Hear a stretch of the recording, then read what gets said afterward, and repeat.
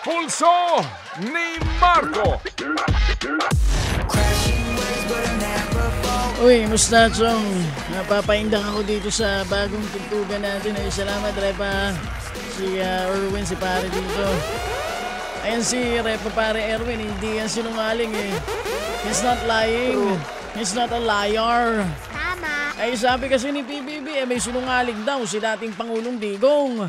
Ay, nagpapasangi-saringan na naman itong Marcos at Duterte. Tapos nag-aaway-away yung mga nasa comment section. Pinag-aawayan nila kung sinong sinungaling. Masinungaling. Sinong masinungaling ba sa kanila, Repa? Ikaw ang sumagot. Totoo yun. Pero sinong mas magaling mo ang bola? Kasi maraming nabudol at nautuyan. Ako nga, isa ako doon sa mga nautuyan ng mga yan Pero alam mo, Repa, kung ako tropa nilang dalawa, may payo ko. May tig-isa akong payo sa mga yan. Kaya Tatay Diggs, ay total naman, di na kayo bati ng mga Marcos, may nakahain pang impeachment ngayon dyan sa anak mong si BP. Labas mo na kaya lahat ng bala mo sa kalas mo. Total, galit-galit na naman kayo di ba? Tatay, isang bagsak mo na yan, Tatay. Tama. Sige, katayin mo na sila, Tay. Huwag mo nang utay-utayin. Yan ang advice ko kay Tatay Diggs. Para naman sa ating Pangulo, si PBBM, ito na naman tayo. President, words are cheap, ha? Noon ko pa sinasabi sa'yo, labasan mo na ng konting pangil yan. Papasukin mo kaya ICC dito para manginig ng konti mga Duterte. Hindi ba? Tama. May isa pa akong payo sa'yo, hayaan mo matuloy yung impeachment hearing para manginig ulit sila kahit papano. Di ba?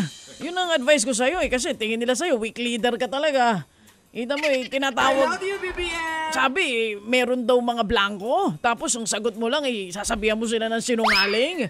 Sayang, hindi ako Pangulo. Kung akong Pangulo, hindi po pwede sa akin yan. Kung akong Pangulo, sinasabihan ako ng ganyan ng dating Pangulo at parang pinalalabas na may irregularidad sa budget dahil sinasabihang may blanco. Tama ko magsalita itong akong Pangulo. Hindi nga akong Pangulo. Pangulo lang ako ng toda. Kaya lang, hindi mo akong Pangulo Pero, Repa, huwag ka mag-alala. Kung akong Pangulo, ikaw ang spokesperson ko. Ikaw ang kukunin ko. Kaya lang, hindi nga ako Pangulo. Pasensya na. Ako spokesperson mo, ha? Ikaw ang spokes ko. Pero pwede rin kitang gawing BP. Gusto mo? Gawin kitang BP, Repa. Pero kasi ako, ulitin ko, kung ako ang Pangulo, ganyan sinabihan ako na may blanco daw akong mga, pinag-aawayan nila, BICAM, GAA. Alam nyo ba talaga lahat ang mga pinagsasasabi nyo? Kasi ako hindi ko alam yan. Pag nakikinig lang ako sa iyo, Repa, doon ko lang talaga naiintindihan yan. Kanya-kanyang tanggol nga kasi itong mga DDS at loyalista. Ito yung mga dati kong tropa. Nag-aaway-aaway pa rin sila hanggang ngayon. Nagbabangay yan, nagmumurahan sila sa comment section. Malamang nandiyadyaan na naman sila. Yung mga dating nagkaisa, tayo-tayo yun. Dati tayo mga labing-labing, hindi ba? Sabay-sabay kaya tayong lahat, kumain tayo ng pre-burger, tsaka nanood tayo ng concert ni Andrew hindi ba? Sabay-sabay tayo. Ang saya kaya natin, magsama-sama tayong lahat. Bagong mukha. Yan ang sinisigaw natin kaya lang ngayon, di ba nagsuot pa nga kami nun ng pula tsaka berde. Ngayon yun pa rin ang kulay ng damit nung ilan sa atin, pero ngayon nagsasabong tayo para tayong mga manok, panayambangayan nyo dyan. Alam nyo, magsitigil na kayo. Huwag nyo na pagtanggol yung mga sinasamba nyong politiko. Tinuturing yung poon Kasi kahit magmurahan kayo dyan sa comment section, di ba, sa minumura mo yung hindi mo kapareho ng opinyon, sa dulo, wala namang panalo sa inyo Pare-pareho naman tayong talo dito. Talo tayo, taas ng presyo ng bigas. Talo tayo, taas ng presyo ng krudo. Talo tayo, yung budget, ang taas ng budget ng DPWH na naman, yung paborito nilang ahensya. Talo tayong lahat, hindi ba? Wala tayong pambili ng pagkain. Habang tayo nag-aaway-away, yung mga pinagtatanggol yung politiko ay ang sarap ng buhay. Wala namang paki sa atin.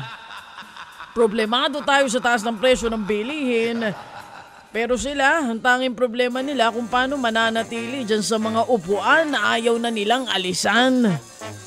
Huwag nyo nang pag-awayan kung sinong nagsasabi ng totoo. Kung sinong mas sinungaling. Pareho lang naman nilang napaikot ang mga ulo natin Bumungoto tayo sa dalawang malaking angka ng politiko na ang inuuna, personal na interes at hindi naman interes ng bayan. Kaya pwede ba? Pwede ba tigilan nyo na yan? Ang mahirap pa sa inyo, dati nyo akong kaanib tapos inaaway na rin nila ako, Rep, Kinik nila ako sa GC. Dahil naririnig nila itong mga sinasabi ko. Nagagalit sila pag sinasabi ko. Gusto nila aawayin ko lang si BBM. Pero dapat si Duterte love ko. Ano ba? Ang gulo nyo Ikaw eh.